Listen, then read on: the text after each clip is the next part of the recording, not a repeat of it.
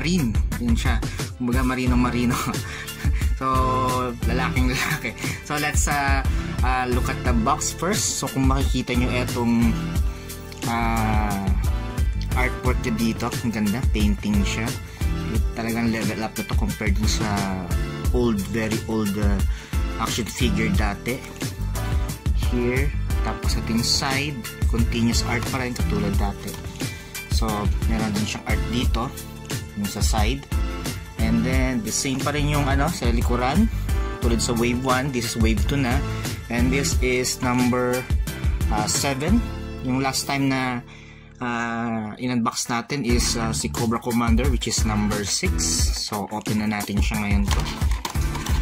So, yan. So, tabi mo natin itong box. And then, it is composed of the action figure itself, si Gang-Ho. Tapos, meron siyang tatlong barrel. 1, 2, 3. Tapos, isang backpack. So, tanggalin muna natin siya sa plastic. Okay, so natanggal na natin siya sa plastic. And then, ito na yung action figure natin. Yung una ko napansin dito sa action figure na to, bali, napakabigat. Which is, hindi naman sobrang, mas bigat siya compared sa mga other, mga na-unbox na. Bali, napaka-sturdy siya, which is a good thing. Maganda siya. So, ito yung, chest niya, marino talaga siya. Yung vest niya, natatanggal to. Tapos, of course, yung Gang-Ho na logo. Yung Gang-Ho na tattoo niya sa action figure sa cartoons, may tattoo talaga si Gang-Ho yan. Pero yung sa cartoons, medyo mas meron siyang parang globe dito. Then, yung globe niya maliit lang. Then, hindi siya masyadong accurate, pero okay naman din siya. So, meron siyang, let's start from the head pala. Etong head, natatanggal siya. Oops. Meron siyang kamukha, kamukha siya ni Chuck Liddell. Si Chuck Liddell is yung sa MMA Hall of Famer na fighter, si Iceman. So, ating tanggal yun. Si Gang-Ho kasi sa anime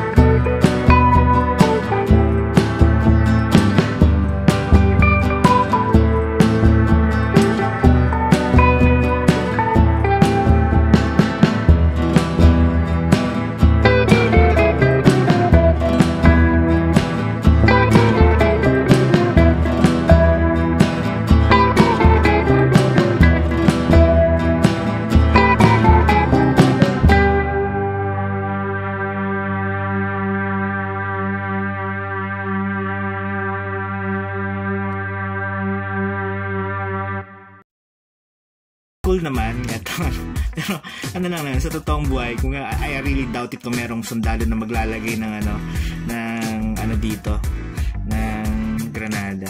Tapos actually, meron pa rin siyang granada dito sa baba pa. Dito siguro sa kita medyo po pwede pa, pero malapit sa mukha. Pero anyway, he looks really, really cool. Ang ganda niya. Yes, ganda. Hindi katulad maganda rin si Roadblock, pero parang I think kung papilian ako Roadblock or mas mas parang mas sundalo siya. Kasi, etong si Roadblock may pagka-futuristic ng dating niya yung niya. Pero okay naman, pero kung ako, mas cool kasi eto yung vest ni Gang Ho ay natatanggal. Etong kay Roadblock, naka-fix na siya, hindi siya nahubad. Eto, nahubadan natin to. So, anyway, mas maganda siya. So, parang mas detalyado pa. So, etong sa niya, katulad yung nasabi ko, etong sa paa niya, may strap niya dito, yung lalagyanan niya ng grenade is medyo natatanggal, pero I don't want to remove it. Eto siya, ang ganda ng I really like the colors. Kumbaga, sundalo yung niya, yung kulay niya, tong green na to. Marin na marin siya talaga. Okay. Tapos sa likod, meron siyang peg here, which is I think diretso dun sa kanyang likuran. Tapos ang ganda. Halos lahat pala ng ng mga GI Joe merong communicator na ganito. I think communicator to it tells separately from the bad guy, from the Cobra, which is okay. Ganda. Tapos ang ganda pati itong mga boots niya, double jointed din ulit yung knees, yung elbows niya double jointed din.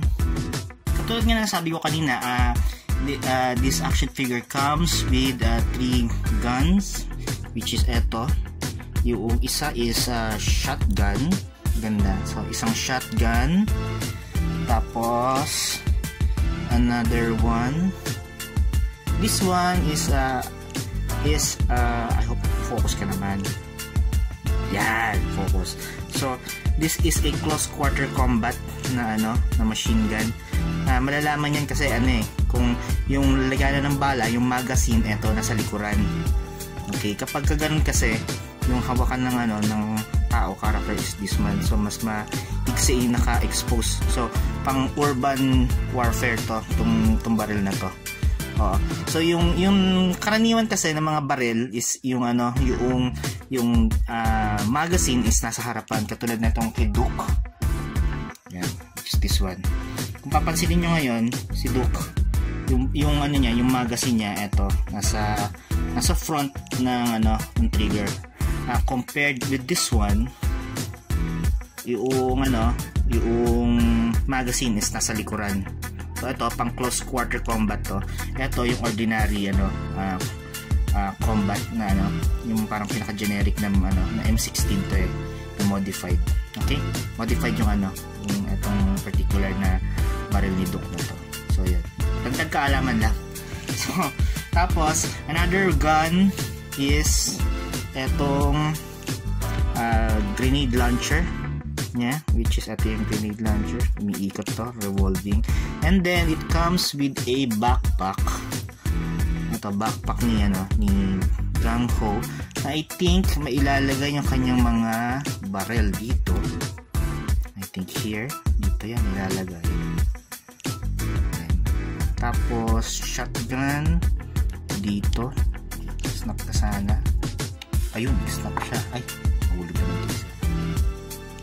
Okay, so after a few minutes, naikabit ko na rin yung mga accessories niya, which is atong dalawang machine gun. Atong shotgun niya, and then yung close quarter machine gun niya, saka yung backpack niya, nakabit ko na. Bali, ang nahirapan lang talaga ako ay dito sa kanyang grenade launcher. Ang hirap ikabit dahil kailangan mo isakto dito sa kanyang trigger finger. Ito, ang hirap kabit. So baka hindi ko na kapag ibalik ko, kapag tinanggal ko, hindi ko na maulit ang hirap na ulit natatakot kasi ako baka mamaya matanggal itong itong daliri niya kasi ang hirap ikabit yung ganyan. Pero anyway, gagawin ko na yung pinaka-primary gun niya.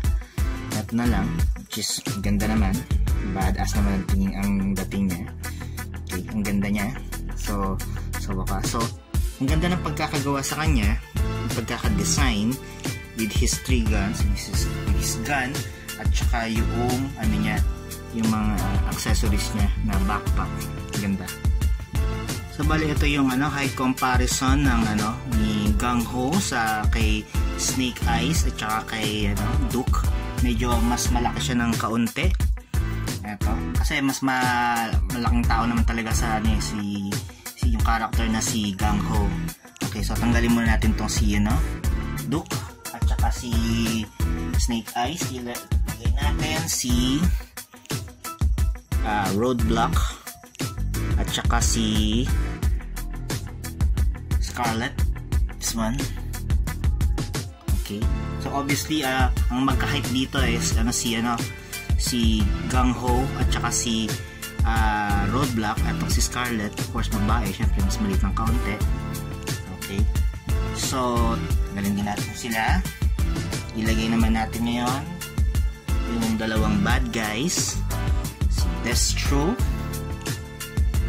ito, at saka si Cobra Commander, yung ating last na review, Cobra Commander. So ganda nila ganda nila tignan.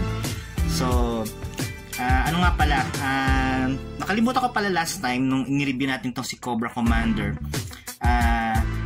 Meron pala akong dito yung 3 inches na Cobra Commander din na nakalimutan si Destro, si Gang Ho, tapos ito yung mas maganda kasi nakalimutan kong i-review si yung ipakita yung old G.I. Joe collection ko na si Cobra Commander. Ito yung dating nabili ko, so compared to this one. So I don't know about you, pero I think this 6 inches is very much superior than the little one. Etong maliit na to, actually nabili ko etong na to. Ito muna dito, yan. Actually eto, nabili ko eto mga matagal na, mga 1994, college pa ako, which is itong Cobra Commander na yan yung pinaka, I think last na yata sa 3 inches na na costume niya. Magkaiba itong costume na ito sa costume na na sa TV series na cartoon animated series. So anyway, yun lang naman. Nakalimutan ko na kasi inform na meron pala akong Cobra Commander na old. Medyo maingat kasi tayo sa mga gamit dati, sa mga collection, kahit ng mga 1990s pa, buhay pa rin. So that's it, yung aking Gang Ho na bago additional sa ating collection, si Gang Ho. I'm so happy with it. Thank you very much for watching. See you next time. Bye bye.